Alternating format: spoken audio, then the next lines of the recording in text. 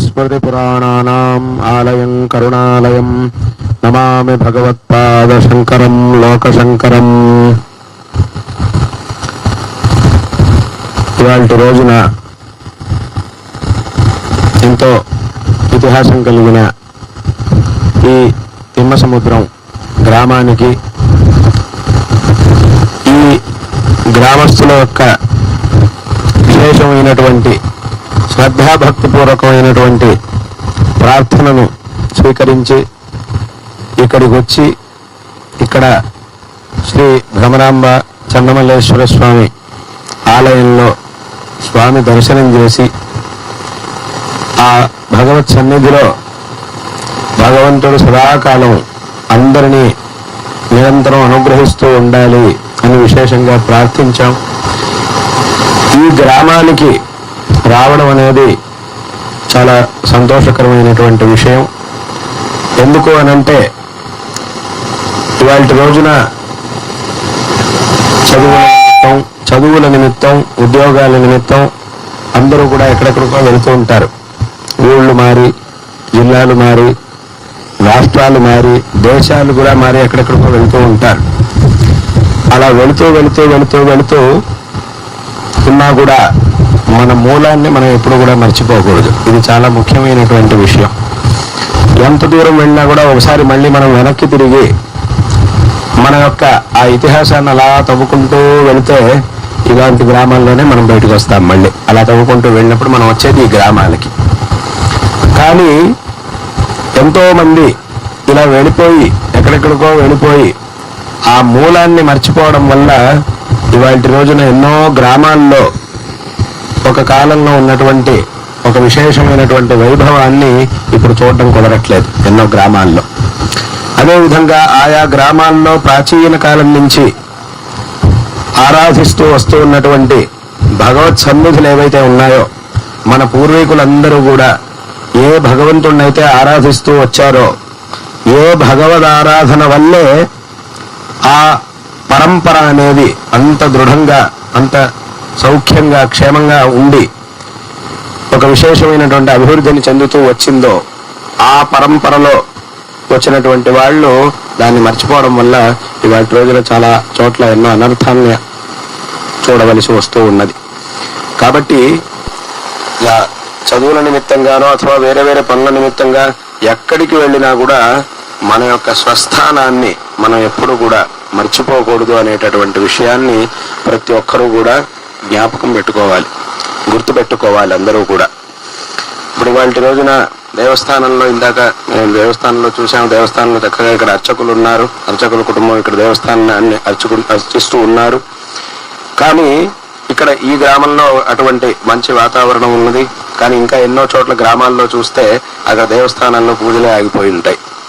అంటే ఇందాక చెప్పినట్టుగా పరంపరగా ఏ భగవంతుడినైతే ఆరాధిస్తూ రావడం వల్ల ఇవాళ రోజున ఆ కుటుంబాలు, ఆ పరివారాలన్నీ కూడా చక్కటి స్థితిలో ఉన్నాయో, అటువంటి దేవుణ్ణి మర్చిపోవడం అనేది చాలా చోట్ల మనం చూస్తూ ఉంటాం. అయితే ఈ ఊళ్ళో మాత్రం, ఇలాంటి కొన్ని ఊళ్ళల్లో మాత్రం ఇవాళ కూడా చక్కగా ఆ శ్రద్ధగా భగవద్ ఆరాధనని చేసుకుంటూ రావడం, ఎంతో మంది ఇక్కడ ఉండడం అనేది చాలా సంతోషకరమైనటువంటి విషయం. కాబట్టి మనందరికీ కూడా మూలమైనటువంటి ఇటువంటి గ్రామాల్లో విశేషంగా మన యొక్క సంబంధాన్ని నిరంతరం మనం కలిగి ఉండాలి. ఎప్పుడు కూడా మనకి ఎక్కడున్నా కూడా మన ఊళ్ళో జరిగేటటువంటి కార్యక్రమాలు కానీ అథవా దేవుడి యొక్క ఉత్సవాలు కానీ ఇలాంటివి ఏమన్నా జరుగుతూ ఉన్నప్పుడు తప్పకుండా మనం ఎక్కడున్నా కూడా అక్కడికి ఒకసారి రావాలి. ఆ ఒక సంబంధాన్ని మనం పెట్టుకోవాలి, ఇక్కడ మనం ఉండాలి. ఎందుకంటే ఇవాళ రోజున చాలా చోట్ల పెద్ద పెద్ద ఊళ్ళల్లో ఉండే వాళ్ళందరూ కూడా ఆ ఊళ్ళకి దండాలు పెడుతున్నారు. ఇంకా చాలు, ఈ ఊళ్ళో చాలు, ఇంక ఈ ఊళ్ళో ఉన్నది చాలు, దీనికంటే మా ఊరికి వెళ్తే ఎంతో సుఖంగా ఉండగలుగుతాము. ఇక్కడున్న కొన్ని సౌకర్యాలు అక్కడ ఉండకపోవచ్చు, కానీ ఇక్కడికంటే కూడా అక్కడ ఎంతో హాయిగా ఉండగలుగుతాము అని చెప్పి ఆ పెద్ద పెద్ద ఊళ్ళకే దండాలు పెట్టేసి మళ్ళీ వెనక్కి వచ్చిన వాళ్ళని కూడా చాలా మందిని చూస్తూ ఉన్నాం. కాబట్టి ఆ పరంపర అనేది ఏదైతే ఉందో దాన్ని మనందరం కూడా చక్కగా కాపాడుకోవాలి. మన యొక్క స్థానం, దాన్ని ఎప్పుడు కూడా మర్చిపోకూడదు. ఏ స్థానం మనది, మన స్థానాన్ని, మన మూలాన్ని, మన పరంపరని ఎప్పుడు కూడా మనం మర్చిపోకూడదు. దాన్ని గనక మర్చిపోయాము అని అంటే, దానితో గనక మనం సంబంధం తెంచేసుకున్నాము అని అంటే ఇంకా ఆ జీవితానికి అర్థం అనేది ఉండదు. ఒట్టి లౌకికమైనటువంటి ప్రపంచంలోనే మునిగిపోతే దానివల్ల ఈ జీవితానికి ఏమీ పరమార్థం ఉండదు. అవుతుంది లౌకికమైన జీవితంలో ఉంటాం, జీవితం గడుపుతూ ఉంటాం, దాంట్లో ముందుకెళ్తూ ఉంటాం. ఈ లౌకికమైనటువంటి జీవితం అనేది ఏదైతే ఉందో, ఈ లౌకికమైనటువంటి సౌకర్యాలు ఇవన్నీ కూడా ఏవైతే ఉన్నాయో, ఇవన్నీ మనకి తాత్కాలికమైనటువంటి ఏవో సౌకర్యాలని కలిగిస్తాయి తప్ప మన యొక్క పారమార్థికమైన శ్రేయస్సుని ఎప్పుడూ కూడా కలిగించవు. ఈ విషయాన్ని అందరూ కూడా చక్కగా గుర్తుపెట్టుకోవాలి. ఎందుకంటే ఇవాళ రోజున మనం ప్రపంచంలో ఎన్నో సౌకర్యాలను చూస్తున్నాం, ఎంతో ఆధునికతని మనం చూస్తూ ఉన్నాం. ఎన్ని సౌకర్యాలని, ఎన్ని ఆధునికతల్ని చూసినా కూడా ఇవాళకి ప్రపంచంలో దుఃఖం అనేది ఎక్కడా తగ్గలేదు. వెనకటి కాలంలో దుఃఖం ఎలా ఉందో ఇప్పటికీ దుఃఖం అలానే ఉంది ప్రపంచంలో.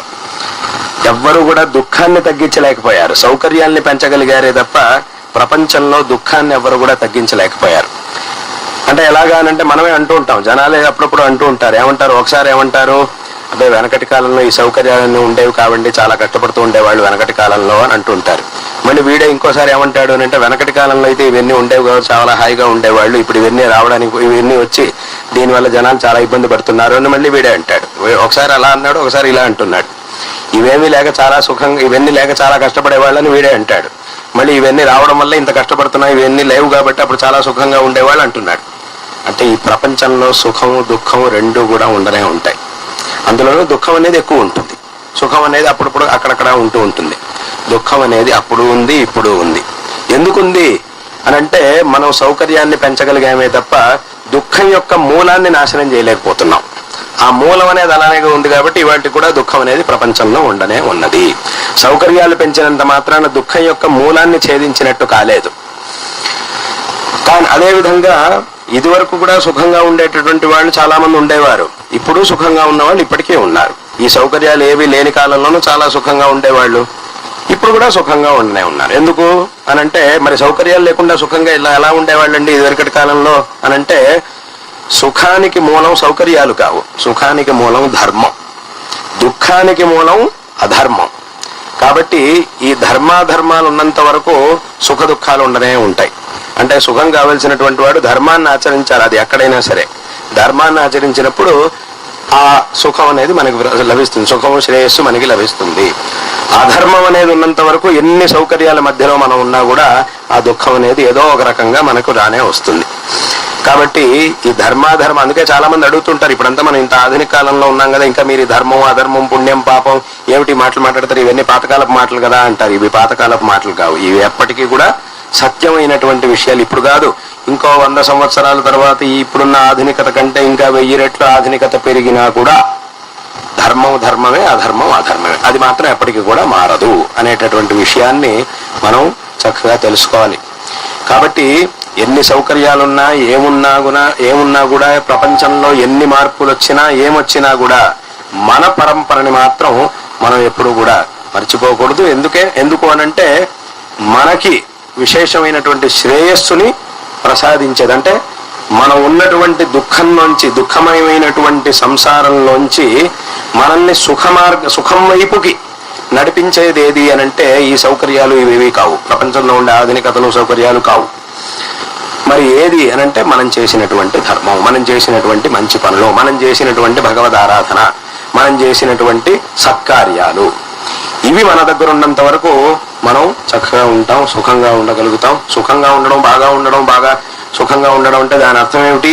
ఇందాక మాట్లాడుతూ ఒక మాట అన్నారు, ఆయన చక్కగా ఎన్నో దానాలు చేసినటువంటి ఒక ఆయన గురించి, మహాత్ముడి గురించి ఆయన ఇందాక మాట్లాడుతూ ఉల్లేఖించారు. అది నిజంగా సుఖంగా, మంచి జీవితం అంటే అటువంటిది. మంచి జీవితం అని అంటే అటువంటిది అంటే ఏమిటి? ఓ నలుగురికి మంచి చేసేటటువంటి స్థితిలో ఉండడం, ఓ నలుగురికి మంచి మార్గాన్ని చూపించేటటువంటి స్థితిలో ఉండడం, నలుగురి చేత గౌరవింపబడేటటువంటి స్థానంలో ఉండడం, అది అసలైనటువంటి మంచి జీవితం అని అంటే. అది ఊరికే మంచి జీవితం గొప్ప జీవితం అని అంటే ఏమిటి? ఊరికే చుట్టూరా డబ్బులు కట్టలు వేసుకొని దాని మధ్యలో తేలుతూ ఉండడం కాదు. తేలడం అనేది అది కాదు అసలైనటువంటి జీవితం. అదే ఏదో పెద్ద అది అంటే అది కూడా ఉండొచ్చు, కానీ ఇది ఉంటేనే అది. ఇటువంటి స్వభావం, మంచి ధర్మం అనేది మన దగ్గర ఉంటే అప్పుడు అది కూడా బాగానే ఉంటుంది, అది వేరే విషయం. కానీ దాని అన్నిటికంటే కూడా ప్రధానమైనటువంటిది ఏది అని అంటే మనం నలుగురికి మంచి మార్గాన్ని చూపించడం, సాధ్యమైనంత ఇంకొకరు ఉపకారం చేస్తూ అందరి యొక్క గౌరవ ఆదరాలకి పాత్రులుగా ఉండడం అనేది నిజమైనటువంటి ఉత్కృష్టమైనటువంటి జీవితం. అందుకే శంకరులు ఒక మాట అంటారు, కిం జీవితం అనవద్యం అంటారు. అసలైనటువంటి జీవితం ఏమిటి అని అంటే అనవద్యం. అనవద్యం అంటే ఏమిటి? ఎక్కడా కూడా ఒక నిందనీయమైనటువంటి విషయం లేకుండా బతకడం. మన మీద ఎక్కడ కూడా ఒక నింద్యమైనటువంటి ఒక విషయం అనేది మన మీద లేకుండా ఉండేట్టుగా జీవించడం, అదే అసలైనటువంటి జీవితం అని శంకరాచార్యుల వారు అంటారు. కాబట్టి ఈ విధంగా అటువంటి ఆ పరంపర, ఈ మార్గాన్నే మన ధర్మం మనకి చూపిస్తూ ఉన్నది. అందుకే ఈ ప్రపంచంలో వేరే ఏది ఎక్కడా కూడా మన ధర్మం మనకి చూపిస్తూ ఉన్నన్ని గొప్ప విషయాల్ని ఇంకెక్కడా కూడా మనం చూడలేం. అన్ని గొప్ప విషయాల్ని మన ధర్మం మనకి చూపిస్తూ ఉన్నది. కాబట్టి ఆ పరమాత్మను ఆరాధించడం, పరోపకారం చేయడం, ఈ రెండే ముఖ్యంగా మన ధర్మం మనకి చెబుతుంది. మన ధర్మం మనకి ఏం చెప్తోంది? భగవంతుడిని ఆరాధించు, పరోపకారం చెయ్యి అని ఈ రెండు విషయాల్ని ప్రధానంగా ఉపదేశిస్తూ ఉన్నది. ఇంకా ఎన్ని విషయాలు చెప్పినా కూడా అవన్నీ కూడా ఈ రెండిట్లో ఏదో ఒకదానికి సంబంధించినటువంటి విషయాలే అయి ఉంటాయి. కాబట్టి ఈ రెండు విషయాల్ని మన ధర్మం చెప్తూ ఉన్నది. ఆ భగవద్ ఆరాధన చేయడం, ఆ పరోపకారం చేయడం అనేది ఇది చాలా ముఖ్యం. కాబట్టి అటువంటి గొప్ప విషయాల్ని మన ధర్మం మనకి తెలియజేస్తూ ఉన్నది. కాబట్టి ఇటువంటి గొప్ప పరంపరలో జన్మించడం అనేది అందరూ కూడా చేసుకున్నటువంటి ఎంతో పుణ్యం. కాబట్టి దీన్ని అందరూ కూడా చక్కగా తెలుసుకొని ఈ పరంపర యొక్క గొప్పతనాన్ని అందరూ కూడా చక్కగా తెలుసుకోవడమే కాకుండా పిల్లలకు కూడా చక్కగా ఇటువంటి సంస్కారాన్ని ఇవ్వడం అనేది చాలా ముఖ్యమైనటువంటి విషయం. చిన్న వయసు నుంచి పిల్లలకి అంటే వాళ్ళ యొక్క బుద్ధి వికాసం అనేది ఎప్పటి నుంచి అయితే ప్రారంభం అవుతుందో అప్పటి నుంచే ఈ ధర్మ మార్గాన్ని, ఈ సంస్కారాన్ని పిల్లలకి నేర్పించాలి. అలా నేర్పించినప్పుడు మాత్రమే వాళ్ళు జీవితంలో గొప్ప స్థితిని పొందుతారు. అందరూ కూడా కోరుకునేది ఏమిటంటే మా పిల్లలు చక్కగా పైకి రావాలి, ప్రయోజకులు అవ్వాలి, గొప్పవాళ్ళు అవ్వాలి అని అందరూ కూడా కోరుకునేది. ఆ గొప్పవాళ్ళు అవ్వాలి అని అంటే చాలా మంది ఏమనుకుంటుంటారు, మా పిల్లలు బాగా గొప్పవాళ్ళు అవ్వాలంటే మంచి స్కూల్కి పంపించాలి, మంచి కాలేజీకి పంపించాలి, మంచి యూనివర్సిటీకి పంపిస్తే చాలు, తర్వాత ఇక్కడి నుంచి అక్కడ ఫారెన్కి పంపించేసి అక్కడ పెద్ద పెద్ద చదువులు చదివిచ్చేస్తే చాలు, తర్వాత అక్కడ ఉద్యోగం సంపాదించి బాగా డబ్బులు సంపాదిస్తే చాలు, ఇలా చేస్తే చాలు చాలు అని వీళ్ళు అనుకుంటూ ఉంటారు. వీళ్ళు ఇలా చాలు చాలు అనుకుంటుంటే వాడు కూడా చాలు చాలు అని అనుకుంటాడు. ఏమనుకుంటాడు అని అంటే మళ్ళీ అమ్మ నాన్నల మొహం చూడాల్సిన పని లేదు, ఇక్కడి నుంచి 4 డబ్బులు విసిరేస్తే చాలు, వాడు పోయారనుకోండి ఏదో ఒక రోజు, ఆ పోయారా సర్లేండి అని చెప్పి ఇక్కడి నుంచి డబ్బులు పంపించేస్తా, చేయించాల్సిందంతా చేయించేసి నాకు వీలు ఉన్నప్పుడు నేను వస్తే చాలు, ఇలా ఉంటే చాలు, ఇంతకంటే అక్కర్లేదురే అని వాళ్ళు చాలు చాలు, మీరు ఇలా చాలు చాలు అంటే వాళ్ళు కూడా అలాగే చాలు, ఇంత చేస్తే చాలు, అంత చేస్తే చాలు అని పెద్దానికి లెక్కలేస్తూ ఉంటారు. తల్లిదండ్రుల విషయంలోనూ కూడా లెక్కలేస్తూ ఉంటారు. కాబట్టి అది కాదు కావాల్సింది. ఇవన్నీ ఉండొచ్చు, బయట లౌకికమైనటువంటి చదువులు, వీటన్నిటితో పాటు సంస్కారం, ధార్మికమైనటువంటి సంస్కారాన్ని ఎంత ఇస్తే అంత జీవితంలో వాళ్ళు ఎదుగుతారు. ఇక్కడే చాలా మంది తప్పు చేసేది ఏమిటి అని అంటే, లౌకికమైనటువంటి ప్రపంచంలో ఎదగాలంటే ఏదో లౌకికమైనటువంటి పనులని, లౌకికమైన విషయాల్ని మాత్రం తెలుసుకుంటే చాలు, ఈ ధర్మానికి దానికి సంబంధం లేదు కాబట్టి ఇది అవసరం లేదు అని అనుకోవడంలోనే చాలా మంది తప్పు చేస్తూ ఉంటారు. ఇక్కడ మనం నిజంగా తెలుసుకోవాల్సినటువంటి విషయం ఏమిటంటే, లౌకికమైన జీవితంలో మనం ఎదగాలంటే కూడా ముఖ్యంగా కావాల్సింది ధార్మికమైన సంస్కారమే. ధార్మిక సంస్కారం ఎంత బలంగా ఉంటే లౌకికంగా కూడా మనం అంత ఎత్తుకు ఎదగలుగుతాం. ఇదే ఇక్కడ ఉండేటటువంటి రహస్యం. చాలా మంది ఏమనుకుంటుంటారంటే ఈ ధార్మికతకి లౌకికతకి సంబంధం లేదు, లౌకికంగా ఎదగాలంటే ఏదో ఇందాక చెప్పినట్టుగా పెద్ద పెద్ద చదువులు చదివేసేస్తే చాలు గొప్పవాళ్ళు అయిపోతారు అని అనుకుంటారు. కానీ పెద్ద పెద్ద చదువులు చదవండి, అది వేరే విషయం. కానీ దాంతోపాటు ధార్మిక సంస్కారం ఉంటేనే, ఈ రెండు కలిస్తేనే ఎవరైనా ఒక మనిషి ఎత్తుకు ఎదగలుగుతాడు. కాబట్టి ఈ భ్రమ నుంచి బయటికి రావాలి. ఏమిటి, మనం లౌకికంగా ఎదగాలంటే లౌకికంగా మాత్రం చూసుకుంటే చాలు, ధార్మికత ఇప్పుడు అవసరం లేదు అనేటటువంటి భ్రమ నుంచి అందరూ బయటికి రావాలి, విషయాన్ని తెలుసుకోవాలి. ఎందుకు అనంటే ఇది ఉంటేనే ఈ ధార్మిక సంస్కారం అనేది ఎంత బలంగా ఉంటుందో లౌకికంగా కూడా మనం అంత ఎత్తుకు ఎదగలుగుతాం. కాబట్టి చిన్నపిల్లలు నిజంగా మన పిల్లల యొక్క అభివృద్ధిని మనం కోరుకుంటే మొట్టమొదట వాళ్ళకి నేర్పించాల్సింది ధార్మికమైనటువంటి సంస్కారం. మన సనాతన హిందూ ధర్మం మనకి ఏ సంస్కారాలను అయితే నేర్పుతోందో దాన్ని చక్కగా పిల్లలకి నేర్పించినప్పుడు విద్యలు అవన్నీ కావాలన్నా అవన్నీ చెయ్యొచ్చు. అంటే ఈ సంస్కారం అనేది కనుక ఉంటే లౌకిక ప్రపంచంలో పిల్లలు ఎంత దూరం వెళ్ళినా కూడా ఈ సంస్కారం వెనక అలాగే ఉంది కాబట్టి అది వాళ్ళని దారి తప్పనియదు, సరైనటువంటి మార్గంలోనే వెళ్ళేలా చేస్తుంది. ఇది ఇవ్వకుండా కనుక వాళ్ళు ఒకసారి లౌకికం వైపు వెళ్ళిపోయారు అని అంటే మళ్ళీ వాళ్ళకి ఇది ఇవ్వడం అనేది అసాధ్యం, దీన్ని ఇవ్వలేరు. కాబట్టి ఈ సంస్కారంతో పాటు దాన్ని ఇస్తే అప్పుడు ఏముందనంటే ఎంత వాళ్ళు లౌకికంగా ఎదిగినా, ఎక్కడికి వెళ్ళినా, ఏ మూలకి వెళ్ళినా కూడా ఇది వాళ్ళని అలాగే పట్టుకొని ఆపుతుంది, అదుపులో పెడుతుంది. ఈ ధార్మిక సంస్కారం అనేది పిల్లల్ని అదుపులో పెడుతుంది. అప్పుడు వాళ్ళు ఎక్కడికి వెళ్ళినా కూడా మీరు చింతించాల్సినటువంటి అవసరం ఉండదు. కానీ ఇది ఇవ్వకపోతే గనక తర్వాత ఒకసారి ఆ పూర్తిగా లౌకికం వెళ్ళిపోయారంటే మళ్ళీ వాళ్ళని దీంట్లోకి తీసుకురావడం అనేది అది ప్రాయ అసాధ్యం. ఎవరో ఒకళ్ళకి 10 కోట్లో ఒకళ్ళకో ఇద్దరికో అలా కావాలంటే జరగచ్చు 1 కోటి మందిలో, అంతే తప్ప. కాబట్టి ఈ ధార్మిక సంస్కారం అనేది అందరికీ కూడా ఇవ్వడం అనేది చాలా ముఖ్యమైనటువంటి విషయం.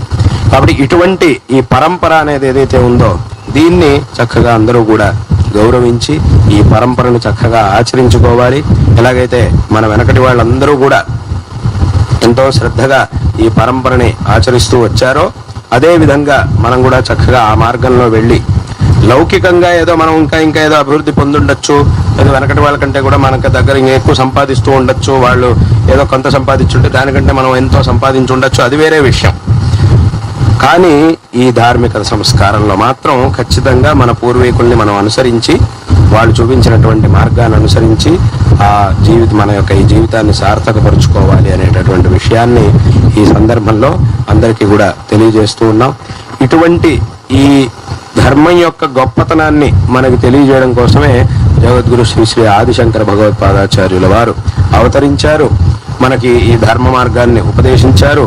ఇవాల్టి రోజున ఇవాల్టికి కూడా ఈ దేశంలో శంకరుల యొక్క అవతారం అయ్యి ఇన్ని శతమానాలు గడిచినా కూడా ఈ ఇన్ని శతమానాల్లో ఎన్నోసార్లు ఈ ధర్మం మీద నిరంతరంగా ఆక్రమణలు జరుగుతూ ఉన్నా కూడా ఇప్పటికీ ఈ ధర్మం అనేది ఇంత దృఢంగా నిలబడింది అని అంటే దానికి కారణం శంకరాచార్యుల వారు. కాబట్టి అటువంటి ఆ మార్గాన్ని, మన యొక్క ధర్మ మార్గాన్ని, దీన్ని బట్టే మనకు తెలుస్తోంది ఎంత దృఢమైంది ఈ ధర్మం అనేది. ఎన్నిసార్లు ఎంతమంది దీన్ని నాశనం చేయడానికి ప్రయత్నిస్తూనే ఉన్నారు కూడా. అంత చేసినా కూడా ఇవాళకి ఈ ధర్మం అనేది ఇంత దృఢంగా నిలబడింది అని అంటే దీన్ని బట్టే మనం తెలుసుకోవచ్చు. ఇక్కడ దీని మీద జరిగినటువంటి ఈ దాడుల్లో ఒక 2%, 3% ఇంక ఏ మతం మీద జరిగినా కూడా ఆ మతాలన్నీ కూడా సర్వనాశనం అయిపోయి ఉండేవి. అంటే తట్టుకునేంత సామర్థ్యం వాటికి లేదు, కానీ దీనికి ఉంది. ఎందుకు అనంటే ఇక్కడ ఉన్నటువంటి ప్రతి ఒక్క విషయం ఏదో ఊరికే చెప్పింది కాదు, ప్రతి ఒక్క విషయం వెనకాల ఒక కారణం అనేది ఉండనే ఉంటుంది. కాబట్టి ఆ ప్రతి ఒక్క విషయాన్ని ప్రామాణికంగా, సహేతుకంగా, తర్కబద్ధంగా చెప్పగలిగేటటువంటి ఒకే ఒక ధర్మం అంటే అది మన యొక్క సనాతన ధర్మం. కాబట్టి ఈ ధర్మం యొక్క గొప్పతనాన్ని కనుక మనం చక్కగా తెలుసుకుంటే ఈ జీవితం అనేది సార్థకం అవుతుంది. ఏదో వేరే వాటిలలో ఉన్నట్టుగా మేము చెప్పేది ఇంతే, ఇదే సిద్ధాంతం, ఇంతకంటే మీరు ఎవరు ప్రశ్నించడానికి వీల్లేదు, మీరు ప్రశ్నలు అడగడానికి వీల్లేదు, మేము సమాధానాలు కూడా చెప్పము అనేటటువంటి ధోరణి మన ధర్మంలో లేదు. నిజంగా మనం కూడా అలాగే చెప్పుంటే ఇన్ని వేదాలు, ఇన్ని శాస్త్రాలు, పురాణాలు ఇవన్నీ అవసరమే లేదు. ఏదో ఒక పుస్తకం రాసేసి ఇంతే, ఈ పుస్తకంలో చెప్పాల్సినవన్నీ చెప్పేసా, ఇంక దీని మీద ఎవరు ప్రశ్నించడానికి వీల్లేదు అనేస్తే సరిపోయేది.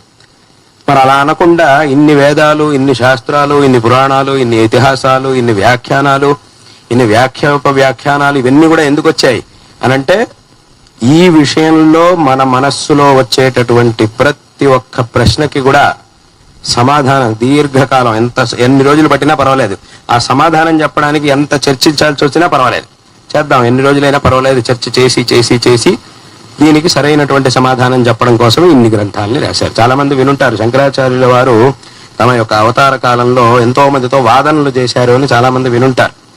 ఈ వాదనల్ని కూడా ఎందుకు చేశారు? అన్ని చోట్లకి వెళ్ళి నేను చెప్పేది ఇంతే, వింటే విను, లేదంటే నీ సంగతి చూస్తా అనేస్తే సరిపోయేదిగా. అలా అంటే సరిపోయేది. నేను చెప్పేది ఇంతే, వింటే విను, లేదంటే నీ సంగతి చూస్తా అంటే సరిపోయేది. అలా అనలేదు శంకరులు. ఏమన్నారు? ఇది సిద్ధాంతం, దీని మీద నీకేం ప్రశ్నలు ఉన్నాయో అడుగు, అన్నిటికీ సమాధానాలు చెప్తాం.